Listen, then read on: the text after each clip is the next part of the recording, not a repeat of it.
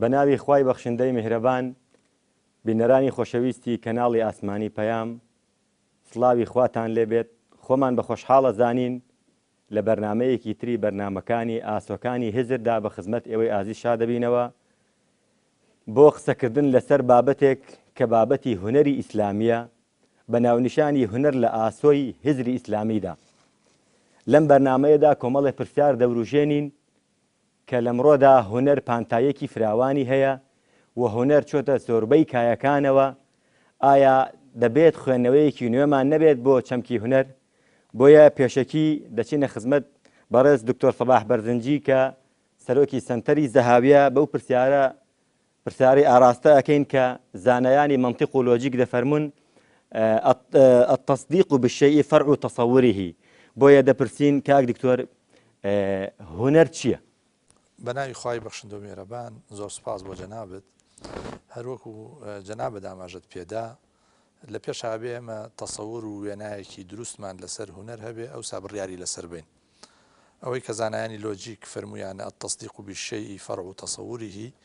واتە لە پێش هەبێت تەسەووری شتەکە بکەین ئەوسا بڕیاری لەسەر بین، حکمی بەسەرا بین. زۆر جار ئەو حکمانی کە دەدرێت لەسەر هونەر ئەگەڕێتەوە بۆ ئەو تەسەورە ئالۆزە یا ئەو تەسەورە ناڕاستی کە بۆ هونەر کراوە. خەڵکی ئەمە لە ڕوانگەی واقعەوە ئەو واقعە نەخوازراوەوە سەیری هونەر دەکا کە لە سەدەی پێشووە یاخود لە دوای هاتنی ئیستیعمار هاتوۆتە ناو جیهانی ئیسلامیەوە. هونەری ئیسلامی یا هونەری ناو کۆمەڵگای موسڵمان تێکەڵی ئاداب و تەقالید و عورف و نریتی غەربیەکان بووە بە فەرهەنگێکی تازەوە، ینی هەڵگری فەرهەنگێکی غەربی بووە بۆ ناو ئێمە، هەڵگری قیەم و بەهاگەلێک بووە کە بێگانە بووە بە کۆمەڵگا موسڵمانەکان. بۆیە تەسەووریان لەسەر هونەر تەسەورێکی ناواقعیە، خۆ بڵین تەسەورێکە لەو نمونانە وەرگیراوە کە فعلا نمونەی نەخوازرا و نەویسراون. بەڵام ئەگەر ئێمە بگەڕێنەوە بۆ توراس، بۆ کەلەپوری زانایان، بگەڕێنەوە بۆ حەزارەت و مێژووی ئیسلامی، پێناسەیەکی ترمان لە گەڵاڵە دەبێت کە ئەو پێناسەیەکی نیسبەتەن واقعیە. ئینسان کە دێتە ئەم بوونەوەرە، کە دێتە ئەم ژیانە، کە تەفاعولەکە لەگەڵ بوونەوەر و لەگەڵ ژینگەی خۆی، شتە جوانەکانە بینێ ئەی هەژێنن، شتی ناشینە بینێ بێزارە بێ. لە ئەنجامی بینینی جوانیەکان و لە ئەنجامی خەوبینین بە جوانیەکانەوە تەفاعول و کاریگەریەکی بۆ دروستە بێ لەگەڵ دەوروبەر و لەگەڵ ژینگە، لە خەیاڵدانی خۆیان ئەزمونێکی بۆ دروستە بێ لەگەڵ ئەو بوونەوەری تێیدا دەژی، ئەوێ گزارشت بدا لەو ئەزمونەی خۆی، گزارشت بە لەو ئیحساس و هەست و شعورەی بۆی دروست ئەبێ، بەڵام بە شێوەیەک دەری ئەبڕێ بە شێوەیەکی ناڕاستەوخۆ. ینی هونەر بریتیە لە گفتوگەکردنی ناخی ئینسان لەگەڵ ناخی ئینسانی بەرامبەر، ینی بەبێ ڕوتوش، بەبێ دەستکاریکردن، کاتێک کە گیانەکان پێکەوە دەئاڵێن و کاتێ پێکەوە دەکەونە گفتوگۆوە، کاتێ هەست و شعورەکان بەدەر لە جەستە، بەدەر لە سنوورە دەستکردەکان ئەکەونە وتوێژ لەگەڵ یەکتری، شتێک پەیدا دەبێت کە ناوی ئەوترێ هونەر. بۆیە هەندێک وتویانە هونەر بریتیە لە بەرجەستەکردنی ڕاستیەکان، ئەو ڕاستیانی لە جیهانی سروشتا هەیە لە جیهانی خەیاڵدا، بەرجەستیانەکەی لە جیهانی خەیاڵدا و دوایی تەحویل یەکەیتەوە بە دەقێک یا بە هەستێک یا بە حرەکەت و بزوتنێک یا بە نەقش و نیگارێک یا بە دەنگێکی خۆش یا بە ئیقاعێکی موسیقی. یعنی تەفاعلی ئینسانە لەگەڵ دەوروبەر و دەربڕینی ئەو تەفاعولەیە بە شێوەیە کە ئەتەوێ ئەو ئەزمونە بە غەیری خۆت بگەیەنی. ئالەم حاڵەتەدا هونەر لە هیچ مجتەمەعێکە لە هیچ مجتەمەعێ جیان نابێتەوە. ینی هەر مجتەمەعێک بە بیر و بۆچوونە جیاوازەکانیەوە، بە ئایدیا جیاوازەکانیەوە، تەنانەت بە ئاین و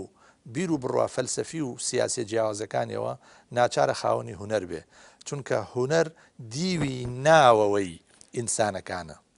کاتێک کە گزارشتی لێوە ئەکرێ بۆ دەرەوەی خۆیان، بۆ ئەوەی خەڵک بەرەو ئامانجێک حرەکەت بکەن، بەرەو هەدەفێکی بەرز حرەکەت بکەن. لەم بەم پێناسەیە بێ هونەر تعبیرە لە ئەزمموی شعوری ئینسان بە شێوەیەکی کاریگەر، بە شێوەیەکی ناڕاستە و خۆی کاریگەر. چونکە زۆر جار الكناية أبلغ من التصريح، يعني تۆ ئەگەر بتەوێ ڕاستیە بە طرفێ بگەێنی لە دووتوێی وشەیەکی کاریگەرە پێی جوانتر ئەیتوانی پێی بگەێنی ینی تۆ بتەوێ تەسیرێک لەسەر تەرەفی بەرامبەردا بنەی ئەبێ ئەسالیبی بەلاغی بەکاربێنەوەی کە ڕەوانبێژەکان باسییان کردووە هەمووی ئەچێتە بابی هوەر و ئەچێتە بابی فەن و چونکە فەن بۆی خۆی بەمانە جۆرە بەمانە ژانرە بەمانە کە ئەڵێن تەفەنونەکە لە قسە ینی قسەکان بە شێوازی جۆرا و جۆر دەرئەبڕێ یا کە بەلقی دارەوترێ فەنەن جەمعەکەی بێ بە ئەفنان فەنیش هەر لەو بارەیە کە ئینسان یاری بە وشەیەکە یاری بە ڕەنگەکە یاری بە دەنگەکە یاری بە ئیحساس و شعورەکە مفاجعاتێک گێنێتە پێشەوە کە مخاتەب و وەرگرەکە چاوەڕێ ناکە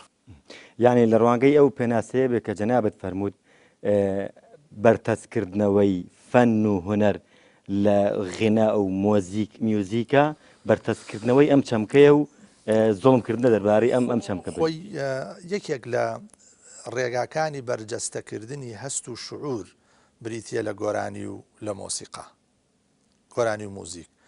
ئەمان بە شێوەیە لە شێوەکان بە بەکارهێنانی دەنگ و بەکارهێنانی شەپۆلی ژێکان کاریگەری لەسەر بەرامبەر دروستەکەن بەڵام ئەمە جۆرێکە لە جۆرەکانی هونەر بۆ خۆی مەبدەیەکە ئەوانەی لێوە دروستە بێ دەریایەکە ئەو شەپۆلانەی هەیە ئەگەر ئەو شەپۆلانەی نەبێ دەریا معنایەکی نابێت دەستخۆش دکتۆریان ئەگەڕێمەوە لای جەنابەت دووبارە بە خراپنی جەناب دەکەم کاک دکتۆر شکار حەز دەکەم بەو پرسیارە بێمە خزمەت جەنابەت شتێکمان هەیە لە ڕاوە و تەفسیری قورئانە پێی ئەڵێن الئیقاعات القورئانیە ئیقاعی قورئانی دەربڕینە قورئانیەکان ئایا دەربڕینە قورئانیەکان مۆسیقا و ئیقاعی هەیە یان تا چەندێک حوزوری هەیە ئەگەر بۆکو درێژێ پێدەری بەرنامەی پێش و ئاماژەیەکت پێدا تا چەندێک ئەمە ئیسفادە و کەڵک لەو ئیقاع قورئانیانە وەرەگرین بۆ ئەوەی کە بتوانین بەرجەستەیەکەن لە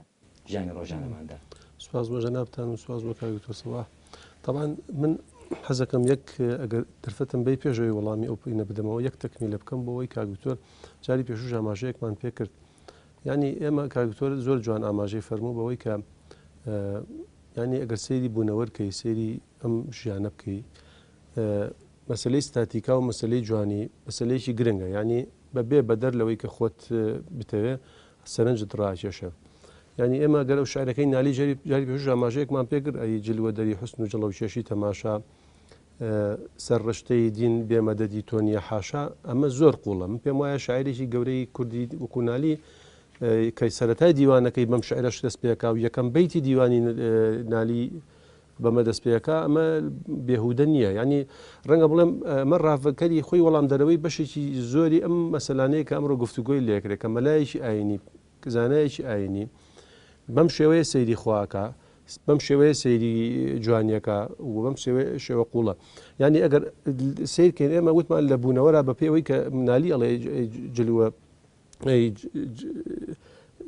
جلوە دەری حوسن ینی خوددا خۆی جوانی بەخشیەوە ئێمە زانین ڕەگەزێکی بنەڕەتی هونەر بریتێ لە جوانی بەڕاستی ئیتر ڕەنگە فۆرمی جوانی بگۆڕێ ڕەنگە پێناسە بۆ جوانی بگۆڕێ بەڵام گرنگەوەیە جوانی وەکو ڕەگەزێکی نەمر لە ڕەگەزێکی بنەڕەتیە لە هونەرا بەڕاستی بەشی دووەمەکەشی جڵەوکێشی تەماشا خوددا وا مرۆڤی دروست کردووە کە حەزی لە جوانیە ئەمە سروشتێکە لە هینا ئێمە گەر باوەڕمان وا بێ کە خوددا دوو کتێبی هەیە کە کتێبێکیان برێت لە کتێبی خوێنراوەی کە ئەڵێ کتابی مەنظور ئێمە سیرکەین لە بوونەوەرا بەڕاستی کتابی مەنظورەکە کتابە خوێنراوەکە ئەم شتانەی تایە ینی وێنەی جوانی تایە دەنجی خۆش هەیە دەنگی باڵندەکان هەیە ئەو شتانەی کە هەین ڕیتم و هەرمۆنیا بە شێوەیەکی گشتی لە بوونەوەرا مەسلەیەکی بنەڕەتیە هەر خودی مەسەلەن یەکێ لە ئەوەی کە خودای گەورە زۆر جار ئەوەیە کە گەورەی و عەزەمەتی خۆی بسەلمێنێ ئەوەیە کە تەرکیز ئەفەرمێ تەرکیز سەرەوە ما ترى في خلق الرحمن من تفاوت یا بۆ منە چەندین ئاەتی پیرۆزی وەکو وەلقد جعلنا في السماء بروجا وزيناها للناظرين یا تەنانەت بۆ باسکردنی گیانلەبەرەکان ولكم فيها جمال حين تريحون وحين تسرحون ینی قسەکەمەیە لە بوونەوەرا ئەم شتای وەکو ڕەگەزێک هەیە ئەجا دووەمیش وەکوتم هەر خودی مرۆڤ خۆی ڕیتمی مرۆڤ ینی دروستبوونی مرۆڤ لە ڕووی بایۆلۆژیەوە لایەنێکی سەیریکەی بە شێوەیەکی زۆر جوان دروست کراوە ئەمە مەسلەیەکی گرنگە ئەنج ئەگەر بێنە سەر کتابی مەنظورەکەی کە جەناب کتابی مەقڕوئەکە بەشی دووەمی کە پرسیارەکەی بەڕێزت کە کتێبە خوێنراوەکە کە هەیە ئێمە گەر سەیری قورئان کەین قورئان با بڵێن لە ڕۆحی پێکهێنەری قورآن و تەحەداکردنی قورآن بۆ هەموو سەردەمەکان ئەوەیە کە بریتە لە دەربڕین. یعنی قورآن کتێبێک نییە بەمانای ئەوەی مەسەن بڵێن تەحەدای زانستی کردبێ بەڕاستی قورآن نەهاتووە تەحەدای بۆ منە شتێکی تری کردبێ غەیری بەیان غەیری دەربڕین. ئەوەی کە قورآن تەحەدای کردەوە بە شێوەیەکی گشتی بریتە لە دەربڕین، ینی لە زمان بریتە لە پێکەندەرەکانی زمان. ئەگەر سەیری ناو قورآن کەین مثلا یەکێ لەو شتانەی کە جەنابەت باست کرد مەسەلەی ریتم یا ئیقاع، یعنی سیرکەین لە قورآنە ئێمە خودی ئاەتەکان خودی ناو ئاەتەکان طبعاً بەشێکی گرنگی مۆسیقا بریتە لە ریتم، یعنی ئێمە سیرکەین لە ناو هینە لە مۆسیقا بەشێکی گرنگی بریتە لە ریتم. بەڵام تکاکەم کەڵێم مۆسیقای وادارمە و تێبینێک ئاگوتۆر بەڕەچاوکەین بە مەفهومە غەربیەکە نا، بە مەفهومی و کولتورە هاوردە نا، ینی بە مەفهومە بە چەمکە زانستیەکەی سیرکەین. لە قورآنا سیرەکەین هەم دوو جۆر مۆسیقامان هەیە لە ناو قورآنا بە شێوەیەکی زۆر بەگشتیش بڵێن. مۆسیقایەکی ناوخۆیی لەگەڵ مۆسیقایەکی دەرەشی. مۆسیقای ناوخۆیی چێ؟ ینی هەر لە ناو خودی ڕستەیەکە خۆی هەند ڕێخستنی ڕستەکان هاتنی پیتەکان دەنگەکان بە شێوەیە ڕێکخراوە کە جۆرێک لە ئستاتیکا و جۆرێک لە جوانیتایە کە زۆر کات کەسێک کە گوێی لێ ئەگرێ با نەخوێندەواریش بێ چێژی لێوەرەگرێ. ینی کەم نینە و کەسە نەخوێندەوارانەی کە چێژێکی زۆر لە خوێندنی قورآن وەرەگرن. تەنانەت خەڵکە بێگانەکان ئێمە سیرکەین کەسێکی و سید قوتب ڕەحمەت بێ لە کتێبەکان یا لە مەسە تەسویر الفەنی فی القورآن یا زۆر لە بینەکانە باسەکە ینی کە خەڵکی بێگانە کە گوێی لە قورآن بووە کابرا بەبێەوەی تێبگا ئەمە چییە جۆرێ لە با بڵێن بێدەنگ بۆ بووە بۆی کە بزانێ ئەمە چییە سەرنجی ڕاکێشاوە. ئەنجا ئیقاعی دەرەکی مەسەلەن کە بریتێ لە سەروا و سەجائی ئاەتەکان ئێمە هەست دەکەین مەسەلەن زۆر جار ئاەتەکان کە بە دواییەکایەن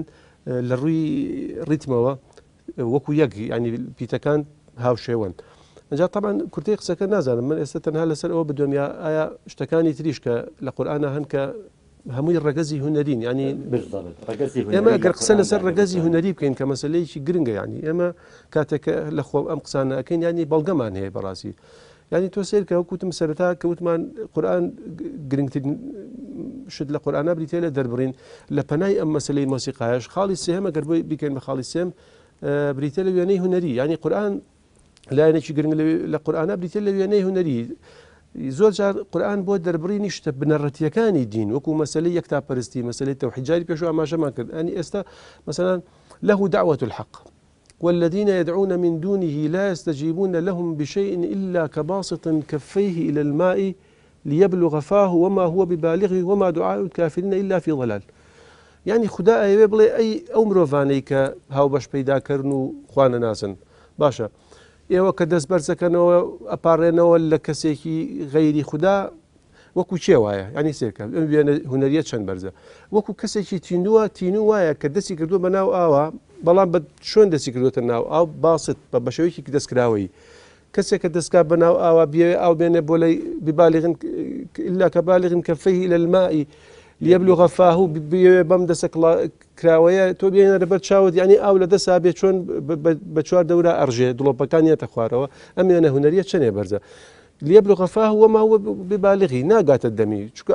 بۆ چونکە شێوازی با بڵێن دەستگرتنەکەی شێوازێکی هەڵەیە هەل لە ڕێگەی ئەم وێنە هونەریەوە ئەڵێ تۆ شێوازی ئاراستەکردنەکەت بۆ ئەو هێزەی کە هێزی کاریگەرە و دروستە لەم گردوونە هەڵەیە ینی لێرە لە ڕێگەی ئەم وێنە هونەریەوە کە وێنەیەکی زۆر بەرزە ئەوێ شتێکی قوڵت پێ بگەێنێ بۆچی ڕەنگە پرسیار بکرێت بۆ مەسەن خوا بۆ پەنا بۆ ئەم شتانە با بۆی ینی لە ڕووی زانستیەوە دەرکەوتووە هەمیشە وێنە کاتێک مەسەن هەر ڕەنگە مەسەن کەلیمەی ئیمەیج یا وێنە با بڵێن پەیوەندێکی زۆری بە خەیاڵەوە هەیە هەمیشە ئەو شتانەی کە با بڵێن پەیوەست دەکرێنەوە بە خەیاڵ یا بە وێنەیەکەوە لە مێشکا زیاتر ئەمێنێتەوە بە تایبەتی ئەوەی کە پێڵێن یادەوەری دوور ینی مرۆڤ سێ جۆردا یادەوەری هەیە یادەوەری نزیک و یادەوەری ناوەندی و ناو یادەوەری دوور هەمیشە قورئان و ئاین ئیش لەسەر یادەوەری دوورەکە بە شێوەیەکی قوڵ ینی ئەوێ ئیش لەسەرەوەکە یادەوەری قوڵ بەرەوان ڕاکێشە کەواتە بە وێنەی هونەری تعبیر لە شتەکانەکە ئەمە خاڵی سێم خاڵی چوارەم ئێمە گەرسێکن لە قورئانە ڕەگەزێکی تری هونەری بیدە لە شوورەکە قورئانیەکان یعنی ئێمە سیرکەین لە قورئانە زۆر جار زۆربەی مەسەلەکان زۆرە لە پشتە بنەڕەتیەکانی ئاین لە ڕێگەی چیرۆکەکان لە نێو بەسەرهاتی چیرۆکان بە تایبەتی چیرۆکی پێغەمبەرە بەڕێزەکان درودی خۆیان لەسەر بێ یعنی من لێرا قسەیەکی دکتۆر سروش هەیە کە بیرمەدێکی گەورەی ئێرانیە کە لەسەر مەولانا ئەڵێم پێم وایە زۆر دقیقە مەولانا پێی وایە قورئان بریتە لە حاڵنامە بە یەک تعبیری کورد قورئان بریتە لە چی بریتە لە حاڵنامە حاڵنامەی مرۆڤەکان ینی قورئان ئەوێ ئەگەر بۆ نمونە کەسێک کە با بڵێن پرسیارێکی فەلسەفی بەرامبەر بە بوون بەرامبەر بە ژیان دروستە بێ بچێتە ناو حاڵی کەسێکی وەکو ئیبراهیم وإذ قال إبراهيم لأبيها آزر أتتخذ أصناما آلهة إني أراك وقومك في ضلال مبين وكذلك نري إبراهيم ملكوت السماوات والأرض وليكون من الموقنين فلما جن عليه الليل رأى كوكبا قال هذا ربي فلما أفلت قال لا أحب الآفلين يعني مثلا أخوة خيت حالتك وكو حالة إبراهيم كبرسالي فلسفي لا دروس به كديار دن جوراوكان أبينا أيوة بدواي نهني بشتي أم ديار جوراوانا جورانا كان كلا جردونا أسليرو مانجو خور وأمشتانا پشتەوەی مۆزوعەکان بخوێنێتەوە کە بێگومان ئاین یەکێ لە خاڵە بەهێزەکانی ئاینەوەیە کە پشتی دیاردەکان ئێوە ببینی قوڵبین بی وەکو چۆن مەولانە ئەڵێ کەفی دەریاست سوورەتهای عالم زەکەف بگوزەر ئەگەر ئەهلی سەفایی یعنی لە کەفەکە نەکە دەچۆپەوە پشتەوە ئەجا بە یەک تعبیری کورد یانی قورئان ئەوێ مرۆڤ باتە ناو حاڵانە بۆ نمونە حاڵی کەسێک کە با بڵێن بێخێزان و بێماڵ و بهینە لەکوێ ئەبینێتەوە بۆ منە لەوە ئەبینێتەوە کاتێک کە موسا ڕای کردووە مەسەلەن چۆ بۆ مەدیەن کاتێک کە ئەو دوو ئافرەتەکە بینە حکایەتەکە با بڵێن دوور و درێژە ئەڵێ دوایەوەی کە فسقى لهما ثم تولى إلى الظل فقال ربي إني لما أنزلت إلي من خير فقير يعني دوایەوەی کە ئاویا بۆ دوو ئافرەتەکە چۆن ناو ژێ درەختەکەەوە لەوێوتی ربي إني لما أنزلت إلي من خير فقير يعني من هەستەکەم گەنج هەیە گەنج بۆ لەم سەردەما من خۆمەی ناسم وتوێتی کاتێک کە حاڵەتی بێخێزانی و بێماڵی و ناڕەحەتی بۆ ئەم دوعای موسام خوێندووە يعني لە حاڵ بە کوتەکەی قورئان بۆ بە حاڵنامە بۆی خۆی چۆتە ژێر ئەو حاڵەوە یا بۆ نمونە ئافرەتێک کە کاتێک تۆمەتێکی بۆ دروستەکەن وەکو ئەوی کە بۆ مەریەم دروستەکەن کە مەسەن گوایە ئەم ئافرەتە دوورکەوتەوە لە داوێن پاچی وانە کاتێککە بێتاقەت دەبێ پەنا ئەباتە ئەشێتە دەرەوەی بێت المقدس و لە ژێردار خورماکە ئەڵێ یا ليتني مت قبل هذا وكنت نسيا منسيا فناداها من تحتها لا تحزني قد جعل ربك تحتك سريا مثلا بۆی کە لێرە ئەمە ببە نمونەیە بۆ هەموو کەسێک کە تووشی ئەو حاڵەتە بێت کە خوددایەک هەیە هێزێک هەیە ئەوش بەسەر ئەو حاڵەتە یعنی بە یەک تعبیری کورد زۆر چڕیکەمەوە حاڵەتی تەقەموس چوونە نێو قاڵب من پێم وایە یەکێ لە خاڵە هەرە گرنگەکانی حاڵەت دروستبوونی حاڵەتی هونەری لە ناو مرۆڤەکانە بە تایبەتی ئەو کەسانەی کە توانیویانە تعبیر لە با بڵێن لە ڕێگەی ئەو حاڵەوە توانیویانە هونەرێکی ئیسلامی دروستکەن ئەو حاڵەتی تەقەموسەیە کە مرۆڤەکە توانیوێتی تەقەموسی ئەو حاڵەتانە بکات لەگەڵ یا ژیاوە طبعا ئەمەش خۆ لە کۆنیشە هەبووە مەسەن سوێکە لە یۆنانە حاڵەتی کاتی خۆی کەشانەوە نامە ئاینەکانیانە بۆ وەکو دایونوسیۆس و لینیا کە جەژنێکی ئاینی و هونەری بووە شانۆگەریان تیا کردووە یەکێ لە شتەکان وتوانە بریتێ لە حاڵەتی تەطهیر ینی مرۆڤ کاتێکە ڕۆڵەکە بینێ خۆی خاتە ناو ئەو ڕۆڵەوە حاڵەتی پاکبوونەوە و تەطهیری بەسەرایە من پێم وایە ئەوە ئەمانە هەمووی ڕگەزی هونەری و گرنگن لە قورئانە هەن دەست خۆش زۆر سپاس دکتۆر گیان کاک دکتۆر من ئەمەوێ ڕاستەکەی پرسیارەکەی ڕاشکاوانە لێت بکەم و بە جورئەتەوە دەستی بۆ ببین کە چەمکی هونەرە دەنگیەکانە مەسەلەی دراما ئەمڕۆ وەک بەڕێستان ئاگادارن و پێ ئاشنان کە مەسەلەی هونەری فلیمسازی و دراما و شانۆگەری و ئەو بابەتانە چۆتە هەموو کایە و ماڵەکانەوە یعنی حتا هەندێک جار سیاسەتی حیزبێک لایەنێک لە قسەوە نییە ئەوەندەی لە درامایەکەوە ئێوێ نمایانی کا و پێشکەشیکا بە بەرامبەر وە لە قورئانیشا دقێکی ڕاشکاومان نییە لەسەرەوەی کە مەسەلەن دراما یان هونەری فلیمسازی حرام بێت دقێکی وامان نییە جا ئەمڕۆ ئێمە بتوانین چۆن ئیسفادە کەڵک وەربگرین لەم لایەنە کە بتوانین هونەرێکی ئیسلامی ڕەسەنمان هەبێت کەڵکی لێ ببین بۆ کەناوە ڕاگەیاندنەکانمان ئەگەر ئێمە بە زمانی ئەهلی فقه قسە بکەین یا بە زمانی ئەهلی عرفان تۆزێ جیاوازی هەیە جیاوازیەک هەیە چونکە ئەهلی فقه ئەهلی حەڵاڵ و حرامن و دوو جۆر حکمیان هەیە حکمێکی قەزایی لەگەڵ حکمێکی دیانەتی حکمی قەزایی ئەوەیە کە کەسێک یەکێکە کوژێ قازی لێ کۆڵێتەوە بزانێ بۆ کوشتوێتی ئایا جۆری کوشتنەکە چۆن بوو ئەمجا لەسەر ئەوە ساسە بڕیارەدا حکمی دیانەتی ئەوەیە مفتی ئەیدا هەڵێ ئەگەر ئەمە ئاوا بێ حەڵاڵە ئاوا بێ حرامە ئێستا لە توراسی فقهیە کە سەیرەکەین باسی ئەم مەوزوعانە نەکراوە چونکە لەو سەردەمەیە ئەم هوەری ئێستا ژانرە هوەریەکان بە دراما بێ بە فلیم بێ بە مۆنۆلۆج بێ بە ئەنواعی ئەو شێوە هوەریانی کە هەیە ئەمە شتێکی تازەیە لە دەرەوە بۆمان هاتووە کە لە دەریشەوە بۆمان هاتووە ئێمە ئەگەر بمانەوە بە فیقی تەقلیدی معالەجەی فقیان بۆ بکەین تووشی کێشەیە بین ئەبێ بگەڕێنەوە بۆ قەواعیدی عام بگەڕێنەوە بۆ فقی مەقاصد چونکە گەر بە حرفی بۆی بڕۆین بڕیویانەتەوە ئەوان بەڵام خۆ ژیان ناوەستێ لەسەر ئێمە ژیانی کۆمەڵایەتی ژیانی هوەری ڕۆشنبیری ناوەسێ خاتۆتە ناو هەموو کۆچە و کۆڵان و تەنان ماڵەکانمان و ژوورەکانمان بۆیە بە پێی فقی مەقاصد کە لەگەڵ هەر دیاردەیەکی تازەیە ئێمە سەیری ئامانجەکانی دەکەین چەندە ئەو ژانرە هوەریە خاوەنی پەیامە فیلمە درامایە شانۆگەریە هەر جۆرێ لەو جۆرانە بێ ئێمە سەیری پەیامەکەیەکین لە نەتیجەیە ئەهلی اختصاصە بێ ڕێی لەسەر بن ئەهلی اختصاصیشە قسەی لەسەرەکەن ئەبێ بە نەفەسێکی تازە ینی خۆیان بڕۆنە ناو فەزا هوەریەکەوە هەندێک شارەزایی پیا بکەن لە هوەرە لە ئەهلی هوەر بپرسن نمونەمان هەیە کە لە تاریخی ئیسلامیە ئیمامی عومەر ڕەزا و ڕەحمەتی خوای لێبێ کە ویستی ڕێی با لەسەر شیعرێکی حوتەیئە بوو یا هین بوو ئاعشا بوو یەکێ بوو لەو شاعیرەکانی کە زەمی زیبرقانی بنی کوڕی بەدری کردبوو ئیمامی عومەر فەرمووی زەم نییە کۆرەوتی چۆن زەم نییە قوربان کوشتومی ئەویش حەسانی کوڕی سابتی بان کرد حەسانی کوڕی سابتی شاعر لی پرسی حەسان تۆ ئەم شیعرە چۆنە بینی دع المكارم لا ترحل لبغيتها واقعد فإنك أنت الطاعم الكاسي وتي قربان بەو شیعرە کوشتوویەتی یعنی ئەبێک ئەهلی فقه کە قسە ئەکەن لەسەر مەسەلە هوەریەکان بە ڕوانگەیەکی مەقاسیدی سەیری بکەن چونکە هەموو قسەیەک نەک بەرهەمی هوەری تەنانەت قسەی عادیش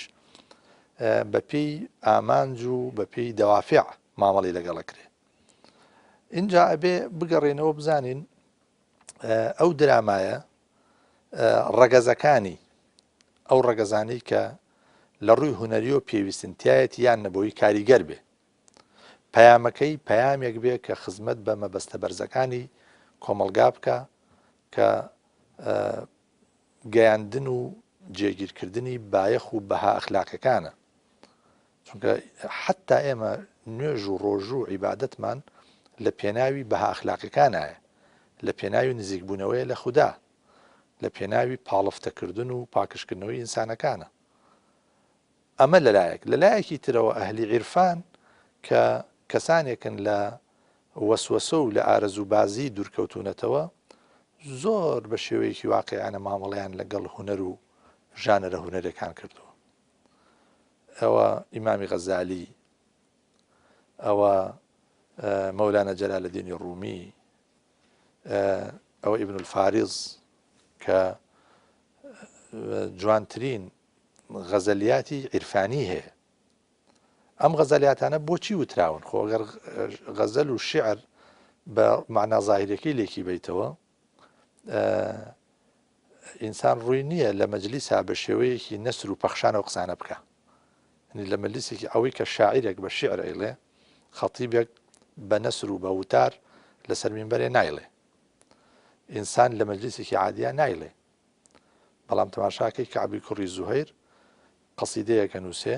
بەو قەسیدەیە خۆیە کڕێتەوە قەسیدەی بانت سوعاد بانت سعاد فقلبي اليوم متبول متيم إثرها لم يفد مكبول وما سعاد غداة البين إذ رحلوا إلا أغن غضيض الطرف مكحول سەرەتاکەی کە فەنی تەشبیبە یعنی باسی جوانیەکانی ئافرەتەکە باسی جوانیەکانی ئافرەتەکە و بە شێوەیەکی زۆر مادی بە شێوەیەکی زۆر مادی شعرەکانی متەنەبی بێنە هیچ فەقیهێ لە فوقاها نەیوتووە متەنەبی لە بەروێم شعرانی وتووە لە مروءەت کەوتووە بۆ خۆیان قازی عەبدولوهابی بەغدادی ئەنواعی ئەشعاری جوانی غەزەلی هەیە لە کوردستانی خۆمانە مەولەوی نالی مەحوی ئەمانە هەموو شەرعزان بوون تەنها شاعیر و هونەرمەند نەبوون لە شعریشا چی هەیە تەشبیه و ئیستیعارە و کینایە هەیە مەجاز هەیە وێنەی هونەری هەیە وێنەی مڕەکەب هەیە تەنانەت ئەگەر بڕۆین شعرەکانی شێخ ببینین شعرەکانی شێخ ڕەزا یا قەسیدەی مەستورەی نالی کە بۆ مەستورەی نووسیوە بە قاڵبی ئەمڕۆ ئەچنە ناو ئەدەبی زۆر کراوە و من ناوەکەی ناڵێم لەبەر ئەوە تەماشاکەی مامەڵەکردنی فقه لەگەڵ مامەڵەکردنی ئەهلی عیرفان لەگەڵ ئەدەبیاتە لەگەڵ هونەرە بە ڕوانگەیەکی مەقاسیدی بووە تا چەندە ئێمە ئەتوانین بەو درامایە بەو بەرهەمە هونەریە بایەخی ئینسانی و بایەخی ئیسلامی ناو کۆمەلگا پەروەردە بکەین ئەو کاریگەری کە فلیمی ڕیسالە دروستی کرد لە سەردەمی خۆیان لە ناو چینە توێژە جیاوازەکانە بە 100 خوتبەی سەرمینبەر ناکرێ ئەنجام نادرێ کاریگەری وێنەیەک زۆر جار وێنەیەکی مؤثر ئەو مناڵەی کە لە بەحری ئیجا خنکە تەسیری سەدان خوتبە و ویتاری سەوتی هەبوو لەلایەکی ترەوە دەنگی خۆشی عەبدولباست و محەممەد سدیق مەنشاوی لەخۆ نییە کە ئینسان پێوەی وابەستە ئەبێ درامایە کە وەکو ئەوەی لەسەر ژیانی سەلاحەدین ئەیوبی نووسراوە یا وەکو ئەوەی لەسەر حەسەن و حوسێن نووسراوە یا ئەوەی کە لەسەر گەورە پیاوانی تاریخی ئیسلامە نووسرێ عەلا هامش السیرە کە کراوە بەسی حەڵقە نەسەکەی تاحسێنە و دوایی کراوە بەسی هەڵقی تەلەڤیزیۆنی و لە هەندێک لە ڕەمەزانەکانە پەخشەکرێ ژیانی پێغەمبەر صلی الله علیه وسلم لایەنەکان و پەراوێزە دوورەکانی ئەو مەبەستەمان پێ نیشانەدا ئەمە هەموو خزمەت بەوە ئەکا کە ئێمە چۆن ئەم دینە لە کەناڵی هونەرەوە بیهێنین ناو کۆمەڵگا و چۆن پەیامەکانی بگەێنین بۆیە بە فقی مەقاسیدی هیچ کێشەی لەسەر نییە بەڵام تا هەندێک زەوابیت هەیە کە هیچ زەرەرێ لە لایەنە هونەریەکەی نادا یعنی پێویست ناکە بۆ ئەوەی کارێکی هونەری کاری هونەری بێ دیمەنی ڕووتی تیابێ دیمەنی ئیباحی تیابێ قەیناکە دیمەنی خۆشەویستی تیابێ ئەسڵەن قورئان بۆ خۆی سوورەی یوسفی تایە سوورەی یوسف قورئان بە جوانترین قسە و گێڕانەوە ناوێ بە جوانترین سەردی تاریخی و سەردی هونەری یعنی چۆن دەست پێەکە ئەم قسەیە ئەم داستانە بە خەو دەست پێەکە کۆتایی داستانەکەش تعبیری خەوەکەیە یعنی بەرجەستەکە لە ئەنجامەکەی ئەنجامگیریەکەی کە ئەیگا جاوەرە تۆ بزانە ئاسان خوا بۆ باسی پێغەمبەرانمان بووەکە خۆ بۆ باسی ناکا بۆمان بیخوێنینەوە لە بەریکەین نە بۆ ئەوەی ئەگەر ئێمە عەقڵێکی مبدیعمان هەبێ حسێکی هونەری بەرزمان هەیە تەحویلیکەین بۆ دراما بەرجەستەیکەین لە ژیانی خەڵکە سیرە نووسان بۆ باسی پێغەمبەرمان بووەکەن سڵ سەلەم ئەزەم بۆ باسی شێوە و باڵا و قامەت و چاو و بۆچی مەولودنامە نووسراوە ینی بەپی دنیای ینی حتا بەلامەوە سەیرەوە مەجموعەیە یەساڵێنە بێ کە فلیم بکرێ لەبارەی پێغەمبەرەوەڵێ نابێ پێغەمبەر نیشان بدرێ ئەگەر بێنین شخصیەتێکی وا بەپی کتێبەکانی سیرە کتێبەکانی سیرە و سوننە چۆن باسی پێغەمبەرەکە صلی الله علیه وسلم شێوە و باڵا و قیافە و ئەمانەی یاڵێت تۆ کە پێغەمبەرت بینی لە خەوا ئەمە ئەگەر مطابقی ئەوە بێ لە سونە و لە سیرا هاتووە ئەوە فعلا پێغەمبەرە دیوە صلی الله علیه وسلم بە خزمەتی ئەو گەیشتووی ئەی باش ئەگەر ئێمە ئەسبەینێ زانست ئەوە پێش بکەوێ من بتوانم وێنەی خەونەکانم بگرم و دوایی نیشانی خەڵکی بم ئەمە چ منعێکی تایە چه حرامێکی تایە بۆ بێ حرام بێ بۆ ئەبێ ئێمە کە هونەرمەندێکی شارەزای وا بێنین کە باسی مەولانە خالیدی نەقشبەندی بۆ بکەین بڵێن شێوەی وا بۆ باڵای وا بۆ قەدی وا بۆ ڕەنگی وا بووە یەکێ بێت بە خەیاڵی خۆی بەڵام مطابقی ئەو وەسفانە بۆمان بکێشێ و درامایە لەسەر ژیانی ئەو زانا گەورەی کورد نیشانی خەڵک بدەین و بیکەین بە بەرنمەیەکی ئەخلاقی بۆ پەروەردەکردنی نەوەی نوێ نەوەی ئەمڕۆ ئەمە بۆ بێ حرام بێ یعنی بەڕاستی ئەوە جمودە جمودێکی عقلی و جمودێکی فقی و فکریە کە تووشی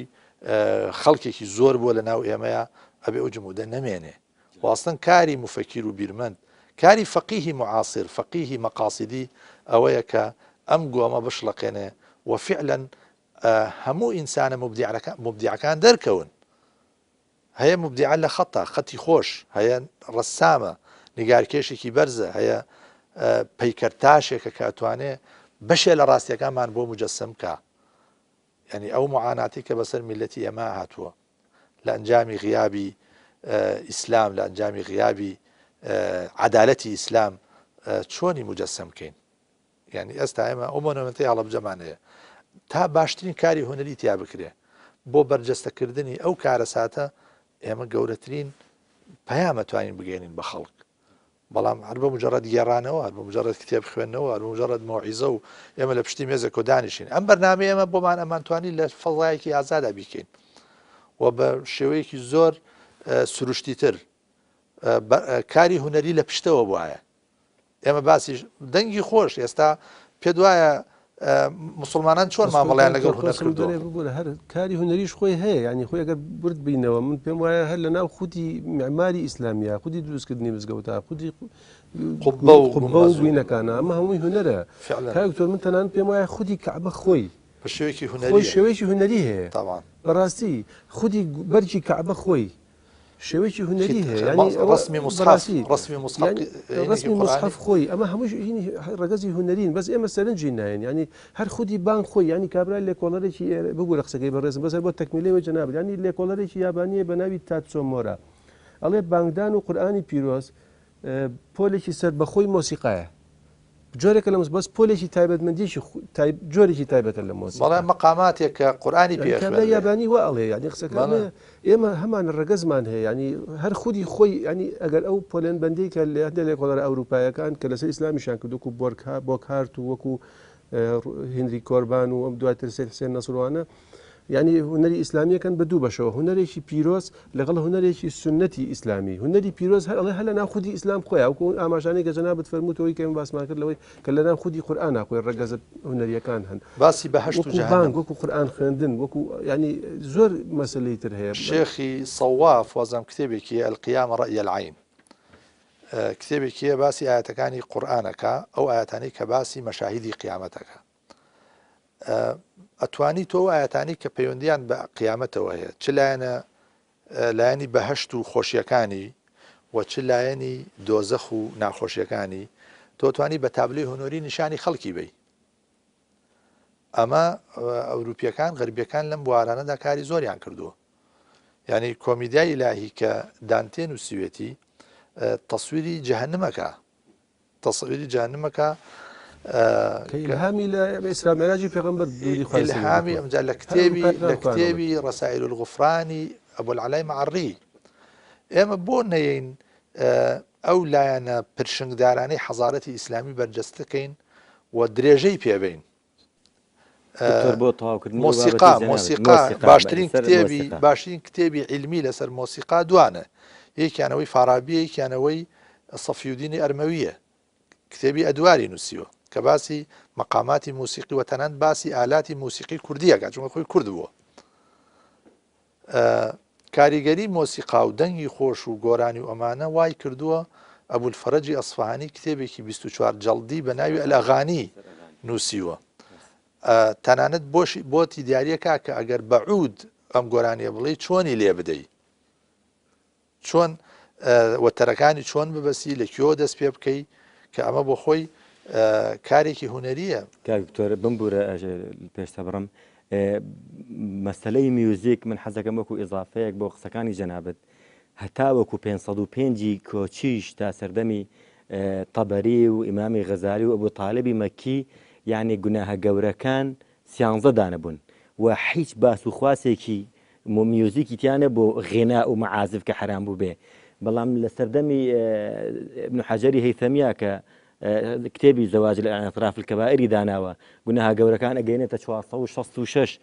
کەمە بەڕاستی گوناها بچووکانیش بە گەورە هەژمارە بکرێت خۆی بۆ خۆی بە تەسکردنەوەی ئەو بابەتەیە دواتر بەکارهێنانی ئالاتی مۆسیقا بۆ نمونەعود يعني نصێکی سەریحمان نیە لە قورئانەوە لە فەرموودەکانیشان نصێکی قاطع و ڕاستەوخۆ و سەریحمان نیە لەسەر حرامبوونی ئەو بابەتانە حتى ئیمامی غەزالی قسەیەکی من لم يحركه العود لە ئیحیاکەی ئاماژەی پێەیە حتى هەندێک لە عولەمایان ئیبراهیمی کوڕی سعدی کوڕی عەبدوڕەحمانی کوڕی عەوف کە تابعی تابعینە عودی هەبوو بەکاری هێناوە حتى مامۆستاکەی ئیمامی بوخاری چەند شوێنێک تریش ئاماژەم بەمەوەیەوە یەکێک بۆ لەوانی کە لە بەغایە عولەمایان ئیجماعیان هەیە لەسەرەوەی کە ثقە بووە صدوق بووە ئیمامی بوخاری فەرمودەی لێ وەرگرتووە باقی زانایانی تریش کە چوونەتە خزمەتی پێش گێڕانەوەی فەرموودەکان دانوشاندون تۆزێک عودی عەزف کردووە دواتر فەرموودەکانی گێڕاوەتەوە کەسیش بە نەنگی و بە عیبەی نەزانیوە لەم ئاخیرەیە کۆمەڵێک پیابوون کردیان بە گوناهی گەورە کە گوناهی گەورە وەکو معلومی جەنابتانە مەقاصدی شەریعەی خەمس کە مەقاصدە پێنجەکەیە هەموو ئەبێ مەبەستێکی واضحی لە پشتەوە بێ یا جەلب المەصلحە ئەو دەفع مەضەرە بۆ نمونە زینە حرام کراوە بۆ پاراستنی ناموسی خەڵکیە یان بۆ نمونە ڕیبا و سوو حرام کراوە لەبەرەوەی کە ستەمێکی دارایی تیا بەرامبەر بەوانی تر بەڵام هیچ مەبەستێکی مەفسەدەی واضح نییە لە حرامکردنی مۆسیقایە و ئەگەر پەیامێکی جوان لە پشتی مۆسیقاوە بێت بۆچی حرام بکرێت ئێمە بتوان ئیسفادەی لێ بکەین باسی فلیمی ڕسالەت کرد ئەو مۆسیقایی کە مۆرزویجاری مەسیحی دایناوە بۆ مۆسیقایە ئەڵێن لە یەکەم عەزفی نیشاندانی ئەو فلیمەیە 8,000 کەس لە ئەمریکا موسڵمان بوون بەس بەو مۆسیقایە خۆی من بۆ چوونێکم هەیە سەبارەت بەوە ئێمە نەکەوینە ژێر تەسیری ئیحساسات هەموو شتێکە بێ بە ترازوی خۆی و لە سنووری خۆیان بێ چۆن مەسەن الضرورة تقدر بقدرها والحاجة تنزل منزل الضرورة منزلة الضرورة ئێمە دڵنیام هەر شتێک بکەین لەبەر خاتری تحقیقی ئامانجێکی شەرعی ئەوە شەرعیە بەڵام ئەوەش کە ئیکەین لە پێناوی تحقیقی ئامانجێکی شەرعی نابێ زیاڕەوی تیا بکەین یعنی ئەو کەسێک پێڵی کاکە مۆسیقا بەم ئامانجانە و بەم زەوابیتانە شەرعیە معناوە نیە 24 ساعت خەریکی مۆسیقا بێ ئەبێ تەنزیمی وەختەکەی خۆی وا بکە جارێ وەکو عیلم ئەمە عیلمێکە علمێکە لە علوم و ئەخوێنرێ لقێکە لە لقەکانی فیزیا و چونکە پەیوەندی بە دەنگ و بە ئەمواجی دەنگ و بە شتانەوە هەیە بەڵام وەکو هەدەف و غەرەزیش غەرەز ئەوەیە کە ئینسان لە لەحەزاتێکە پێویستی بەوە هەیە لەم جیهانە مادیە دوورکەوێتەوە خەریکی عوزلە بێ خەریکی تەئەمل بێ خەریکی ڕامان بێ لە جوانیەکانی ناخی ئینسان و لە جوانیەکانی ئاسۆکانی بوونەوەر ئەمە پارچێکی مۆسیقی هاوکارە بۆەوە بەڵام مۆسیقا ببێ بەوەی کە شەو ڕۆژ ئەم ئینسانە بەکاری بێنێ و واجبات تەرکە و بەلای فیسق و فجورا بچێ بەلای خراپەکاریا بچێ ئەوە بێگومان هیچ فەقیهێکی مەقاسیدیش ڕێگەی پێنادا کراوەترین فەقیه ڕێگری لەیەکە ئەمەژە بێ زەبت کرێ ئێمە لە پێشا کێشەمان چۆن ئەم ئینسانە بار بێنین چۆن فێری ئەوەی بکەین بە دوای بایەخە بەرزەکانە بڕوە ئینسان فێری ئەوە نەکەیت و بڵێ ئادێ بڕۆ خەریکی مۆسیقا بە خەریکی هونەر بە ئەو کاتە هونەرەکەی بۆ شتی تر بەکارێنێ بۆ شتێ بەکارێنێ کە دژ بە بایەخە دژ بە قیەم و دژ بە ڕەسەنایەتیە من پرسیارگەلێکی زۆر مابوون کە لە جەنابەتی بپرسم بەڵام کات مەودانادا من حەزەکەم هەر بە کورتی لە ماوەی 3 دقەیە ئەگەر بتوانی وەڵامی هونەر لە هەموو ئاینە ئاسمانیەکان و ئاینەکاندا بە تێکڕا حزوری هەبووە ئەگەر بتوانی لەسەر ئەو بابەتە تیشێکی بخەیتە سەر کە ئایا لە ئاینی پیرۆزی ئیسلامە فۆرمێکی دەرەکی بۆ هونەر و فەنی ئیسلامی هەبووە پرسیارێکی وردە ینی ئەمە تقریبا لە قسەکانی کاکتۆر و لەوەی بەڕێست و لەوەی منیشا هین بوو کە ئێمە لە ناو خودی ئیسلامە هەیە طبعا من قەناعەتم وایە گەر تەنانەت بەپێی ئەو پێوەرە تۆزێک سنووردارەش کە زۆر جارەوێ وەکوڵێ بە شێوەیەکی وا سەری ئیسلامەکە کە وەکو چاوگ و وەکو منبع نەک وەکو پێوەەر و وەکو میزان جارێکی ترکە عرضمکردن ینی ئەگەر بەو شێوەش سەیریکەی هەر لە ناو خودی فەرمودەکانە سیرەکەن کۆمەڵی فەرمودەمانەیە کە پشتگیری لەم بۆچوونانەی ئێماکەن بۆ من ئێمە فەرمودەی صحیحمانەیە کە پێغەمبەر دوودی خوا لەسەر بێ ڕۆژێک لە ناو هاوڵە بەڕێزەکانە دانیشت بوو هێڵێکی کێشا ئەمە مەکو ئەکرێوەکو بنەمایەک بۆ مەسلەی هوەری شێوەکاری و تەشکیلی دابنرێ ئەگەر چی بە فۆرمێکی جیاوازتر لەوەی کە لە ئەوروپایان لە مەسیحێتە هێڵێکی کێشا فەرمووی ئەمە مرۆڤە کۆمەڵی هێڵیشی کێشا لەم لاو لەولاوە فەرمووی ئەمەش ئەو قەدەرانن و ئەو ڕووداوانن کە بۆ مرۆڤەکاندا ئەندرێت خی گەورە ئەی پارێزێت لەم وینانە خودی ئەم وێنەی شەشانەی پێغەمبەر دوودی خی لەسەر بێ بەڵگەیەکی زۆر ئاشکرایە لەسەرەوەی کە پێغەمبەر سوودی لە هوەری شێوەکاری و هین وەرگتووە ینی ئەمە هینێکی بەپەلە بێڵم ئەنج بێنە سەر پرسیارەکەی جەنابەت کە ئەوەی کە با بڵێن ئایا لە دەرەوە هەموو ئاینەکان کەڵچیان لە هوەر وەرگتووە و ئیلهامیشان لە هوەر وەرگتووە بۆچی چونکە خۆی بەڕاستی هوەر و ئاین دووشتن کە وەکو کاکتۆ لە سەرتا ئاماژەی پێکرد پەیوەندی بە ڕۆحی ئینسانەوە هەیە پەیوەندی بە هەستی جوانی ناسی مرۆڤەوە هەیە پێویستی بە دەرکرانەوەی حاڵەتی مرۆڤ بەرامبەر بە گردون و دەوروبەر و دیاردەکانەوە هەیە لەبەرەوە شتێک شتێکی فطری و سروشتیەکە ئەو شتانە ببێ ئەنج سیر کە هەموو ئاینەکان ینی سیر کە هەموو هوەرەکان بگەڕێتەوە سەرەتای هوەری هەموو هوەرەکان اینێکی ئاینی تایە پێشتر ئاماژەمان پێگوتمان سەرەتای شانۆگەری لە یۆناان بۆ جەژنە ئاینەکانی دایۆنیسۆس و لینیا گەڕاوەتەوە ینی تەنانەت نۆتەکانی مۆسیقا قەشەیەکی ئەوروپی دایناوە ئەو کاکتۆر باسی لە هین کرد لەوەی کە غانی ئەسفەهانی باسی لەدانی عود و ئەوانە کردووە خۆشی بەکاریە ناوە ئەنجاگەر بێنەوە سەر ئەوەی کە مەسەن تۆ سێر کە لە دوای ئیسلام لە دوای ئەوەی کە ئاینی پیرۆزی ئیسلام بڵاو بێتەوە بەناو شارستانێتە ئەبینین دروستکردنی مزگەوتەکان چەندین هوەری بەرزی وەکو زەغرەفە وەکو هوەری مەسلەی ئەندازەگیری و ئەمانە بینرێ بە تایبەتی یەکێ لە هوەرەکان کە تەمانێ مەزانێکە لە شەشتە سەر سوڕهێنەرەکانی دنیا بریتە لە مەسجدی قورتوبە لە ئەندەلوس مزگەوتی قورتوبە لە ئەندەلوس یەکێکە لە شتەکان کە لەگەڵ قەسر الحەمراوانە تێکەڵە ینی یەکێ لەو شتانی کە ئەوروپایەکان لێکۆڵنەوەی لەسەرەکەن وانە بریتە لە مەسلەی شێوەی شەش پاڵووی یا هەشت پاڵووی ینی ئەوەی کە بە شێوەی شەش پاڵووی یا مەسلەی ئەو زەخرەفە ئەوانە یا مەسلەیەکی ترکە زۆر گرنگە لە ئیسلامە گرنگێکی زۆری پێدراوە مەسلەی خۆشنووسیە کە ئێمە دەرفەتمان نەبوو ئاماژەی پێ بکەین ینی سێرکە زۆرە لە خەڵکەکان لە خۆشەویستی قورئان و بڵندی قورئانە حەزیان کردو بە شێوەیەکی زۆر جوانی هوەری بینوسن کامەیەکە لە داهێنان هوەرەکان ڕەنگە لە مەسەن لە ئاینی مەسیحیا هەندێک ژانەری هوەری مەسەلەن وەکو شێوەکاری مەسەلەن مایکل ئەنجلۆمانەیە چەندین خەڵکمانەیە بۆ نمونە وەکو شێوەی هوەری شێوەکاری یا هوەری مۆسیقا بەڵام لە ئیسلامە ڕاستە هوەری شێوەکاری یا مۆسیقا بەو شێوەی ئەوە نەبووە بەڵام چەندین هوەری تایبەتی تری دروست بوون کە تایبەتی کولتوری ئیسلامی و بەرهەمی طبیعی کولتوری ئیسلامی بوون وەکو مەسلەی زەخرەفە وەکو مەسلەی خۆشنووسی وەکو مەسلەی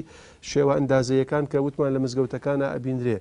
کە ئەمە زۆرێ لەم شتانە بە بەڵگەی ئەوەشی کە ئەمە هوەری نوشتی بەرز و بڵندن ئەوەیە کە بەشێ لەم شتانە کراونەتە ناو توراسی عالەمی و یونسکۆ تۆماری کردوون وەکو بەرهەمی بڵند و گەورەی جیهانی دەستخۆشی لە هەردووکتانەکە من ئەم بابەتە بەڕاستی قسە و باسێکی زۆر هەڵەگرێ